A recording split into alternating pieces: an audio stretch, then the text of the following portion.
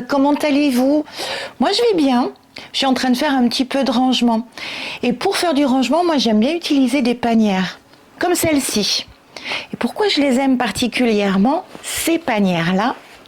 Parce qu'on peut les transporter facilement, rapidement et à tout moment. La panière nomade qu'on peut prendre telle qu'elle, mettre dans le sac à langer, mettre dans la valise, mettre dans le cabas et on est sûr que ça ne se renversera pas. Ça vous dit d'en réaliser une avec moi? Je vais même vous dire mieux, ça vous dit d'en réaliser une avec vos dimensions, à la taille que vous voulez? Allez, je vous montre tout ça, on y va!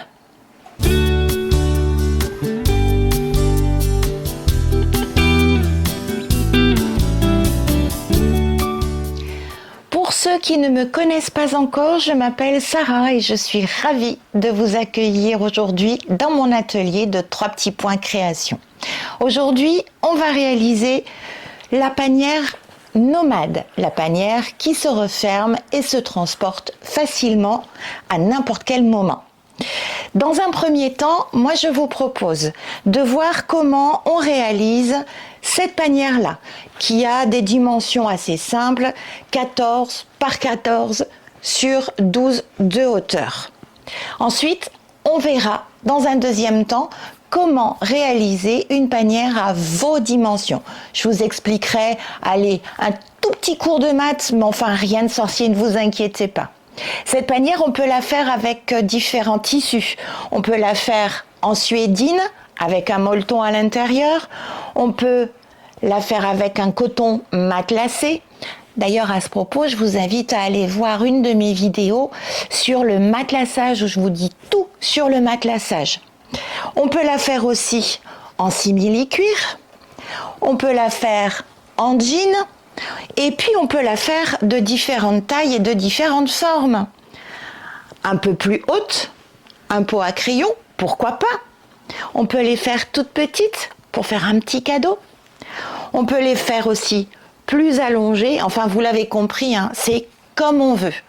Donc dans un premier temps, on regarde quelles sont les fournitures dont on va avoir besoin pour faire celle-ci. Et puis après je vous dis tout pour faire la vôtre.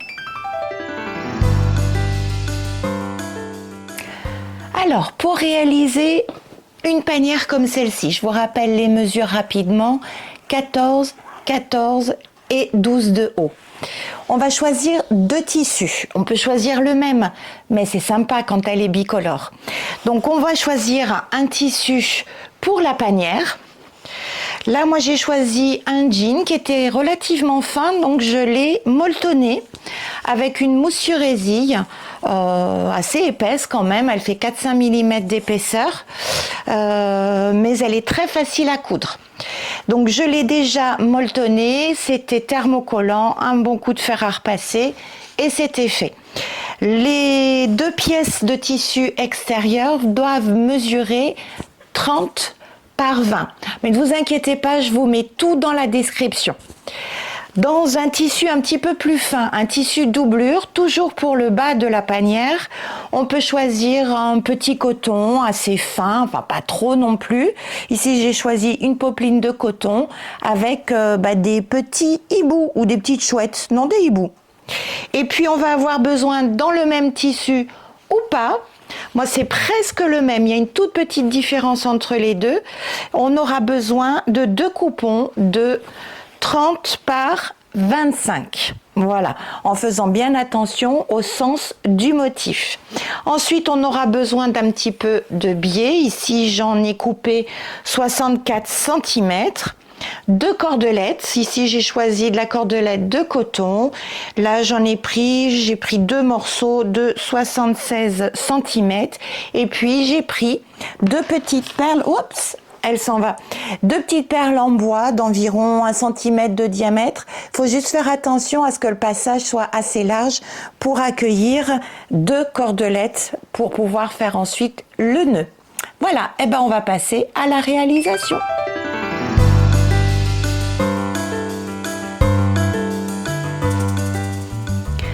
Première étape, eh bien, nous allons prendre les 4 coupons qui vont nous servir à faire la panière. Ensuite, on s'occupera de la partie pochon. Donc, on va laisser les 2 grandes pièces de 30 par 25, on va les mettre de côté et on va s'occuper de ces 4 pièces-là. Donc, je vous rappelle, elles mesurent 30 par 20. 30 étant bien la longueur et 20 la hauteur. Sur chacune de ces pièces, on va prendre sur l'envers, on va tracer des carrés en bas de chaque angle de 7 cm de côté. Donc on trace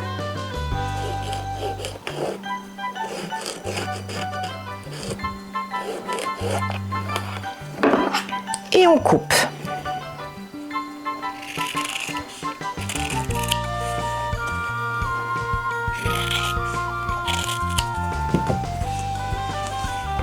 Je fais la même chose sur l'autre angle du bas.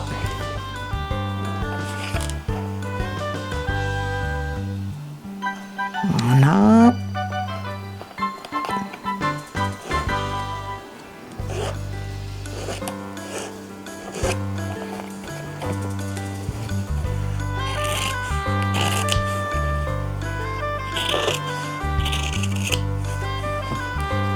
Hop. Je vais faire la même chose sur l'autre tissu extérieur et sur les 2 rectangles de tissu doublure en faisant bien attention au bas de mes pièces. Donc je mets pas mes hiboux avec la tête en bas, ils vont pas se sentir bien au bout d'un moment. Allez, en avant, c'est parti.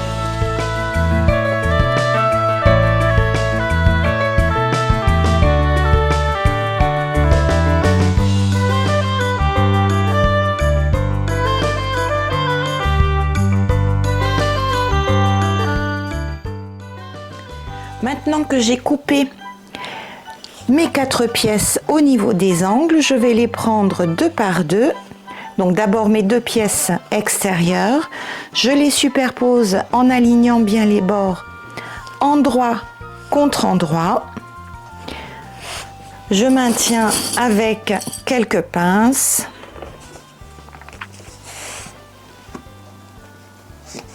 Voilà, hop.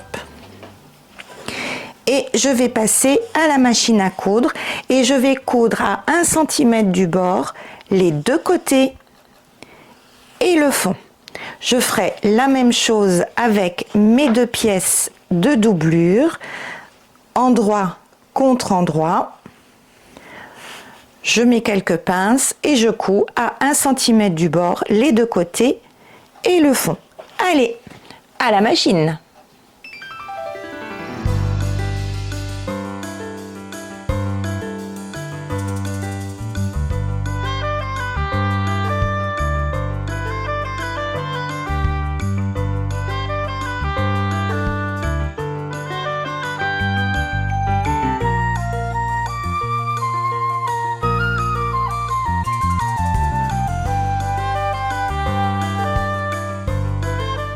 Maintenant que mes côtés et mes fonds sur les 2 pièces sont cousus, je vais former les angles ici pour que ma panière soit pas raplapla, parce que pour l'instant ça ressemble pas à grand chose.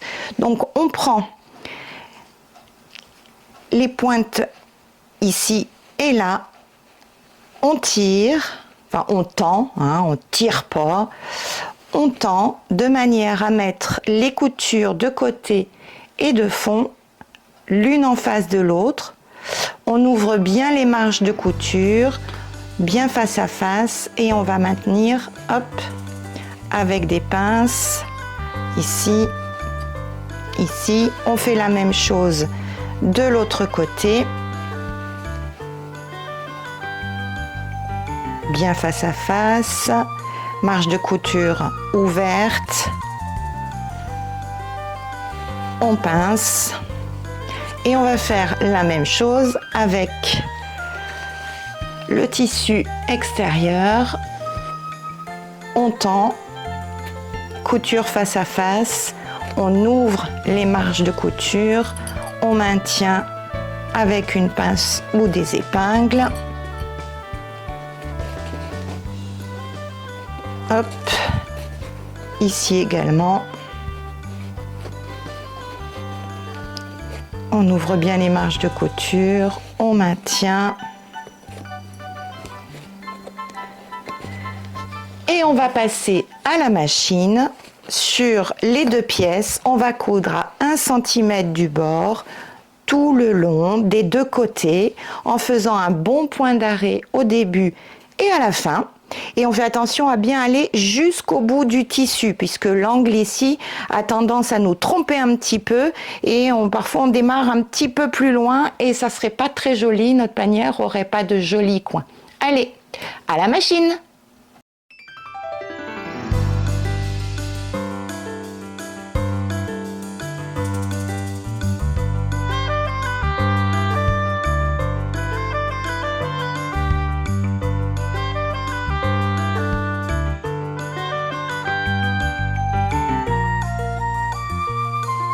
Ben voilà, ça commence à prendre forme.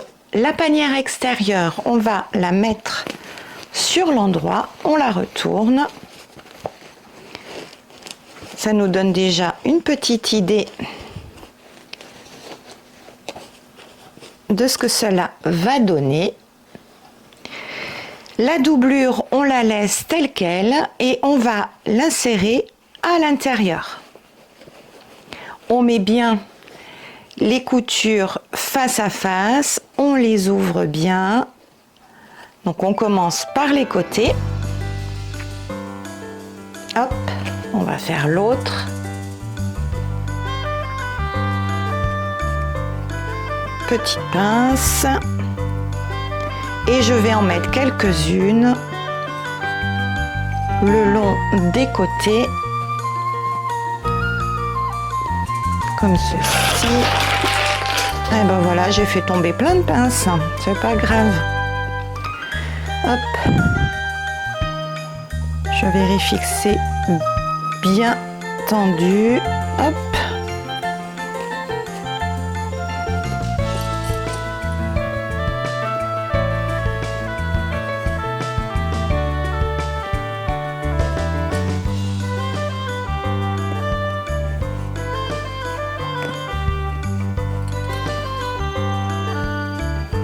Bien, eh ben la première partie est terminée. Cette partie-là, on va la mettre de côté et on va prendre les deux tissus de 30 par 25.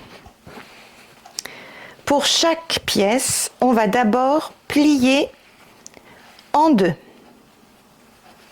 dans le sens de la hauteur et on va bien marquer le pli. Là c'est du coton, donc avec les ongles c'est suffisant.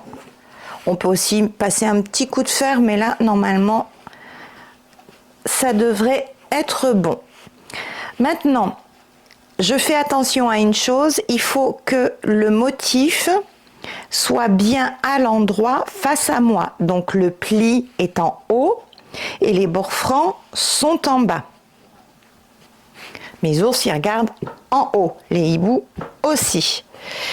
Je vais tracer une première ligne à partir du pli parallèle et à 2 cm.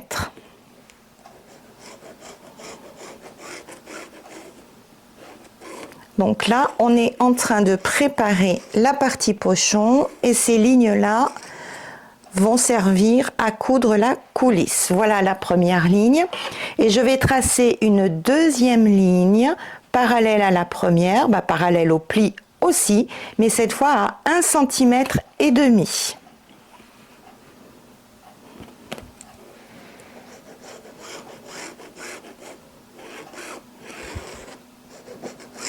Je fais la même chose sur la deuxième pièce.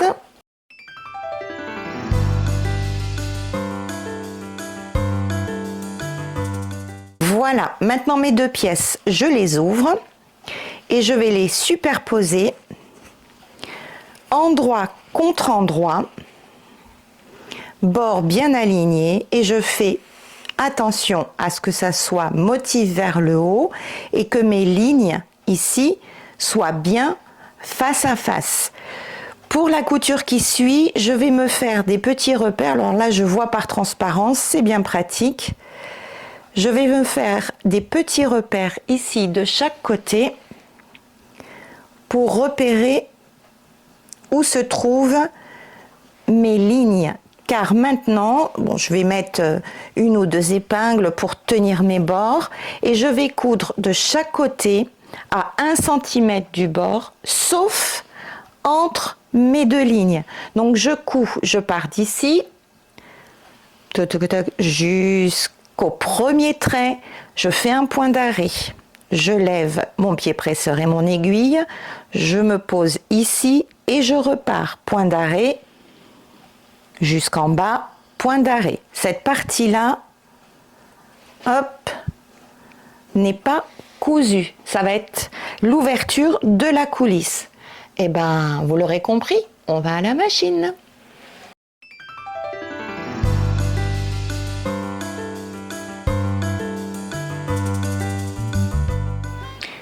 Mes côtés sont cousus, j'ai bien laissé mon ouverture de chaque côté. Je vais maintenant ouvrir les marges de couture, donc je vais les décaler. Voilà. Et je vais ouvrir soigneusement les marges de couture. Hop.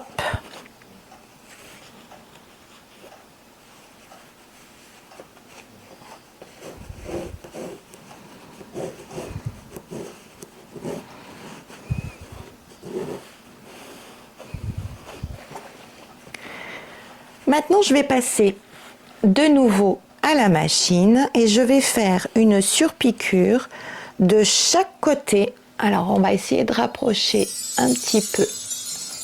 Voilà. On va faire donc une surpiqûre de chaque côté de la couture qu'on vient de faire.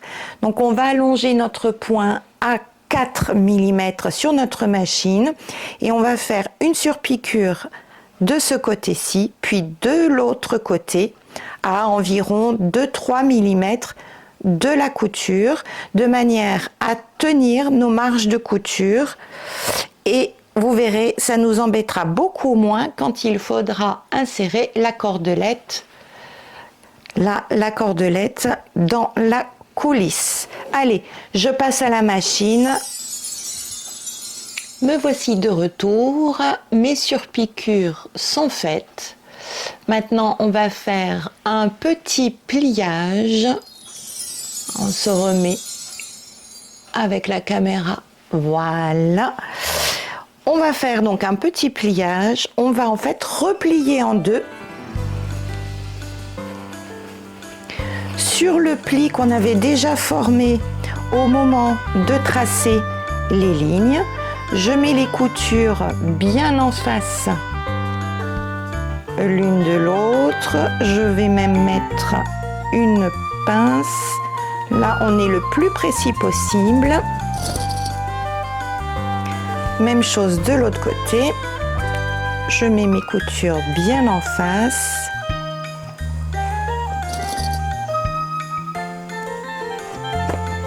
Et le pli va se placer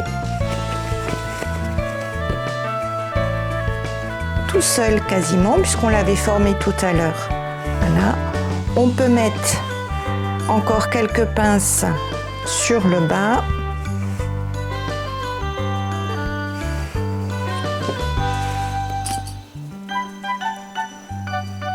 Comme ceci.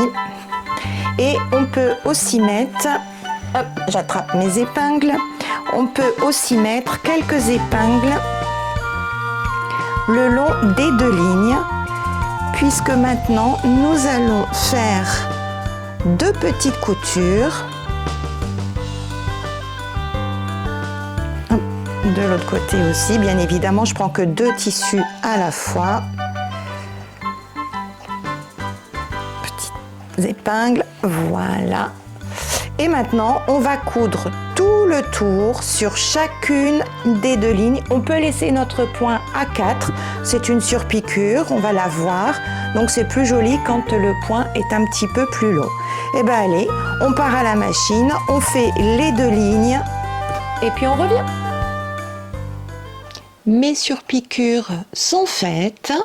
Donc maintenant, hop, on se remet vers le bas.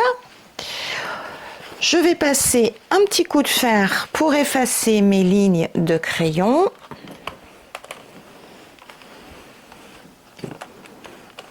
Voilà. Hop.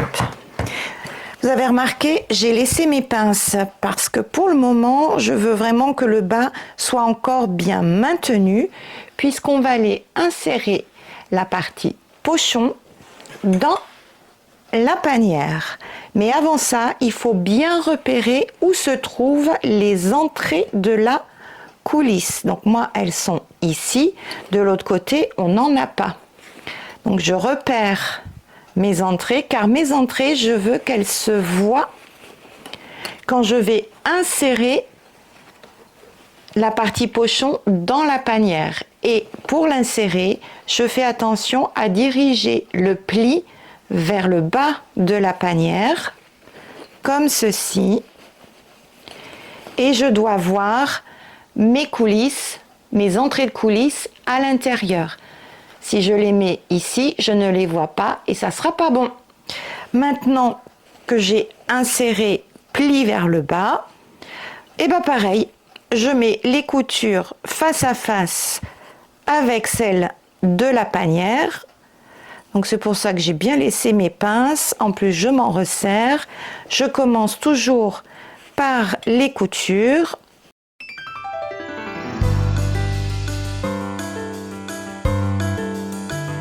Maintenant, je prépare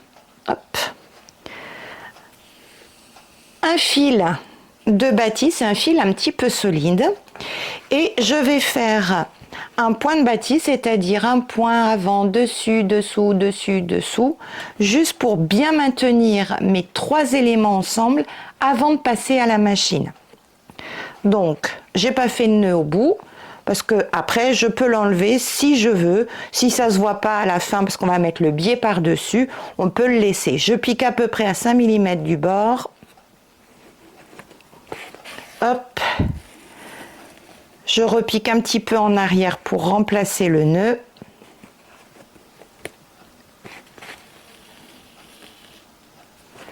Et je vais coudre ainsi tout le tour avec des grands points avant.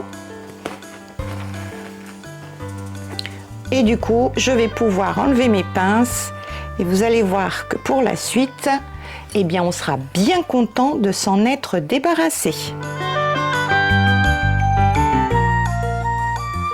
Les trois éléments sont maintenus ensemble par mon point de bâti. Là, maintenant, je suis tranquille pour la suite. La suite, eh bien, on prend le biais. Donc, je vais pousser un petit peu la panière pour que vous puissiez bien voir. J'ouvre le biais et je vais plier l'extrémité à 45 degrés, comme ceci. Voilà. Je marque le pli. Donc mon extrémité est pliée. Et je vais venir le poser sur le bord de ma panière, bien bord à bord. Je vais mettre une pince pour maintenir. On va lui faire tout le tour. On va commencer à coudre sur le biais ici et on va coudre dans le premier pli ici du biais. Quand on va arriver à l'extrémité, je vais essayer de le mettre dans le bon sens. Quand on va arriver ici, on va superposer légèrement le biais sur notre point de départ et on va arrêter notre couture un petit peu plus loin à peu près jusqu'ici, jusqu'au bord du biais là qu'on vient de plier, ici. Et ensuite, on coupera l'excédent de biais, on en a un petit peu plus pour être à l'aise, on coupera l'excédent de biais comme ceci. Pour être à l'aise pour coudre sous la machine, si vous laissez la panière dans ce sens-là, ça va pas être pratique. Moi, ce que je vous conseille, c'est de la retourner pour cette couture sur l'envers. Voilà. Et là, vous pourrez glisser sous le pied de la machine et vous pourrez avancer tranquillement. Il faudra juste vérifier que la partie pochon qui se trouve ici soit bien tendue pour pas faire de faux plis sur le bord de ce côté-là.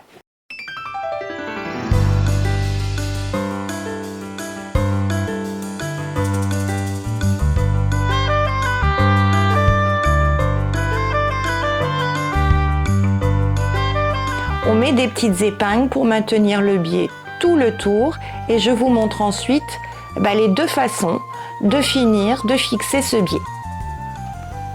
Voilà, mon biais est placé correctement tout autour de la panière. Donc maintenant, deux manières de le fixer avec un point de couture. Soit, alors on prend un fil qui est assorti à la couleur du biais pour qu'il se voit le moins possible. Après, on peut prendre un fil contrasté, c'est une question de goût, hein. Soit on passe à la machine, donc on l'installe sur la machine et on vient faire un point de surpiqûre le plus près du bord du pli du biais. Et à ce moment-là, il va falloir retourner de nouveau la panière dans l'autre sens pour pouvoir passer sous la machine. Ça, c'est une première façon que j'utilise très peu souvent parce que moi j'aime bien les choses, les finitions qui se voient le moins possible. Et puis souvent, surtout quand il y a des épaisseurs comme ça, hein, comme ici, c'est pas toujours nickel de l'autre côté, parce que du coup là ça va tout prendre et ça va se voir de l'autre côté. Moi j'utilise une finition à la main. Hop, donc je prends ma panière dans ce sens-là. J'ai pas besoin de retourner ma panière. J'ai préparé une aiguillée de fil avec le fil bleu ciel assorti à mon biais. Voilà, j'essaye d'être bien devant le zoom de la caméra. Je vais aller piquer mon fil à l'intérieur du biais, donc je l'ai un petit peu ouvert, vous avez vu. Hop, je viens cacher le nœud à l'intérieur, je rabats mon biais, je vérifie qu'il est bien au bord de la couture, juste après la couture, et je vais aller piquer en face dans le tissu imprimé.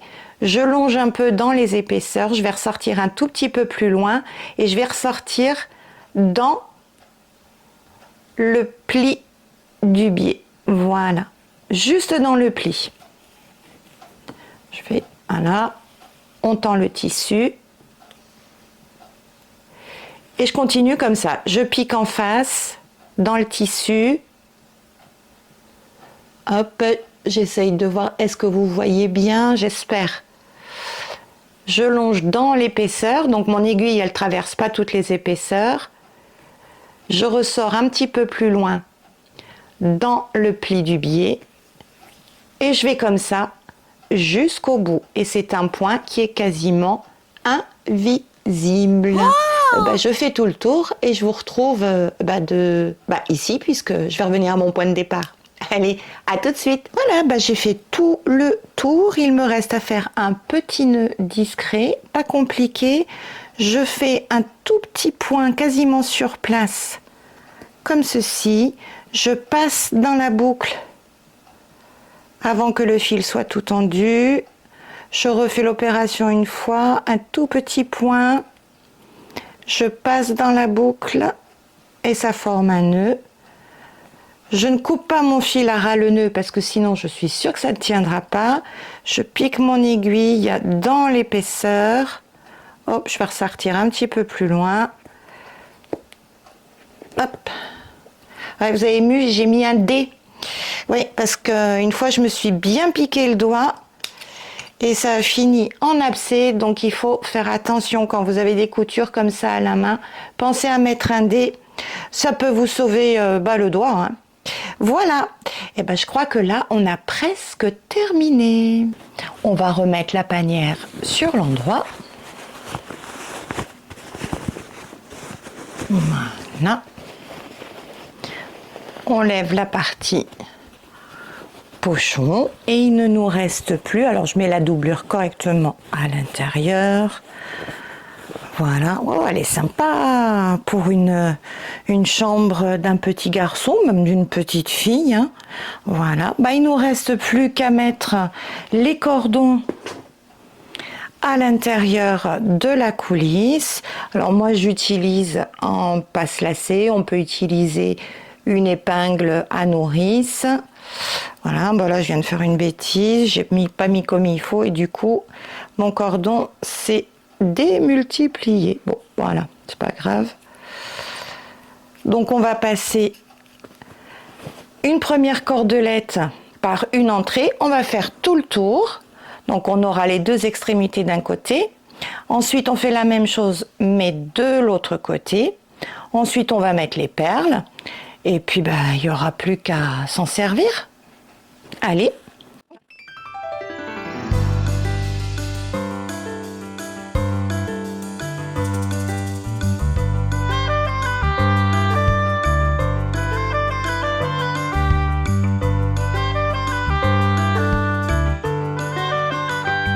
Et voilà, panière nomade terminée.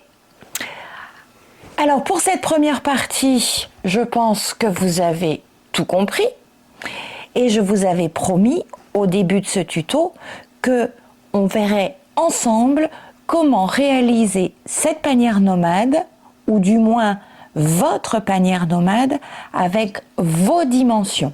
Allez, on fait un petit cours de maths? Pas difficile, vous allez voir. Quand on veut préparer ces pièces, on a juste besoin de 3 mesures. La longueur de la panière, la profondeur, longueur qu'on va appeler L, la profondeur qu'on va appeler P et la hauteur qu'on va appeler H. Donc on a d'abord les pièces du bas de la panière à préparer. Vous vous souvenez? C'est une pièce rectangulaire à laquelle on va enlever des carrés en bas dans les angles. Pour calculer la longueur de ce rectangle, eh bien, on va... Je me suis mise à l'envers. Voilà. Pour calculer la longueur de cette pièce, on va utiliser la longueur et la profondeur. Donc, pour avoir cette grande longueur-là, on prend la longueur ici, L.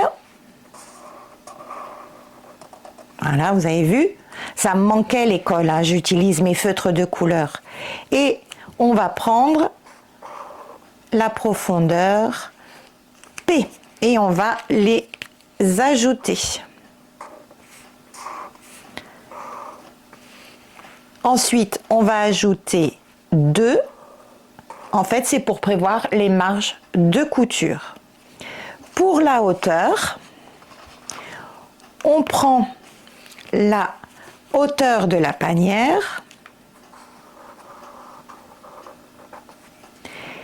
et on va ajouter la moitié de la profondeur. Donc je prends la profondeur, je la divise par 2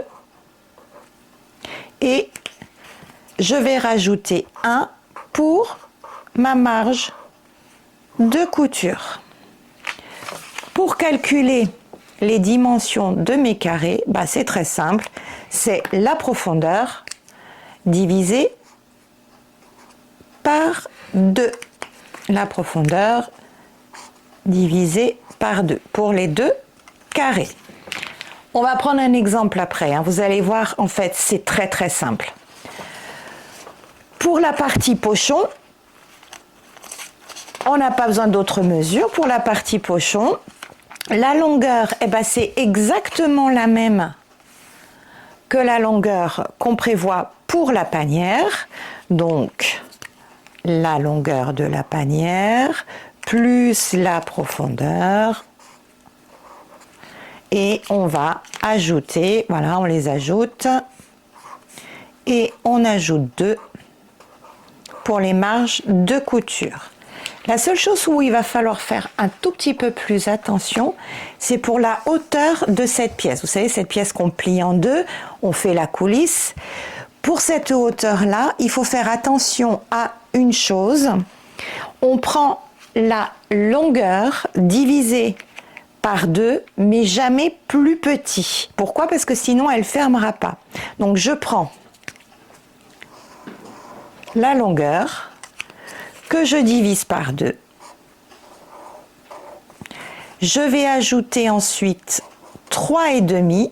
Ben, on est en centimètres, hein, bien sûr. Ça, c'est pour la coulisse et la collerette. Et ensuite, j'ajoute 1 pour la marge de couture. Ça, c'est cette mesure-là qu'on vient de faire. Comme il me faut le double, je multiplie par 2. Bon, vous allez me dire, elle est bien gentille avec ces équations-là, mais ça me semble un peu compliqué. Mais non, regardez, je vous ai préparé un exemple. Imaginons qu'on veuille faire une panière, 15 de longueur, 10 de profondeur et 12 de hauteur. Eh bien, ma longueur, je prends la longueur de la première pièce, je prends ma longueur ici et ma profondeur. Donc 15, j'ajoute 10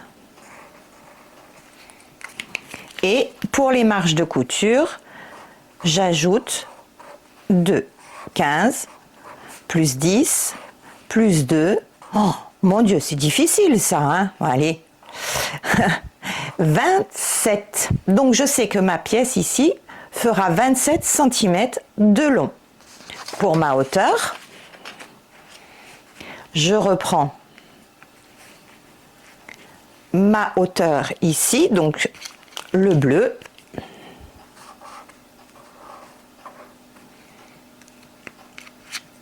Ensuite, je prends ma profondeur que je divise par 2, 10, que je divise par 2,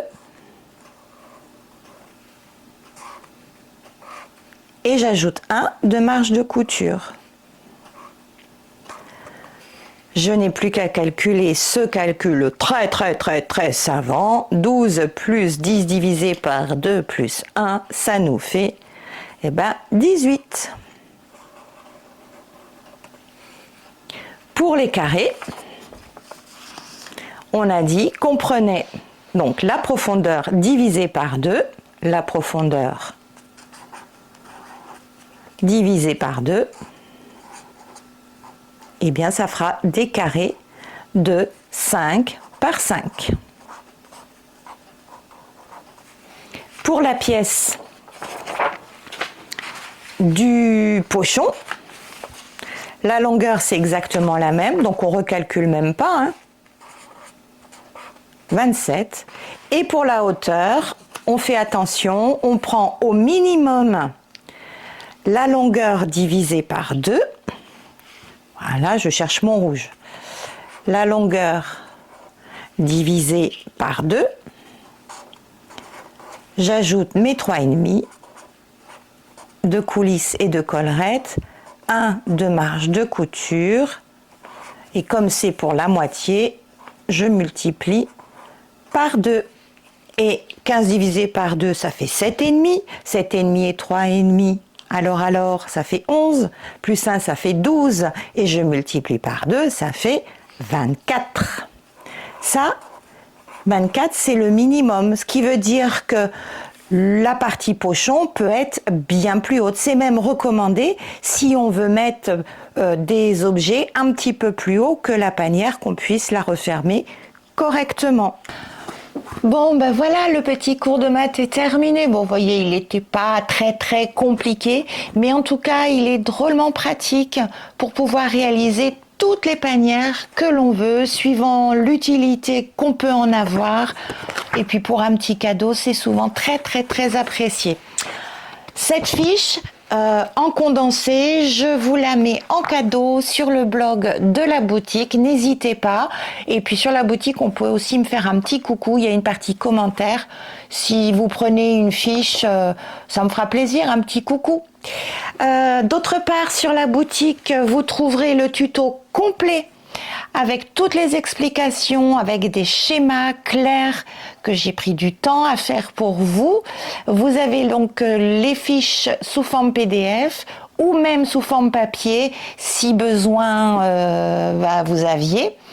Et puis autre chose, sur la boutique, vous avez aussi des kits pour confectionner l'une de ces deux panières, donc en jean, avec soit la couleur du pochon bleu canard à petits pois blancs ou ce très beau rouge fleuri, un petit peu plus art déco.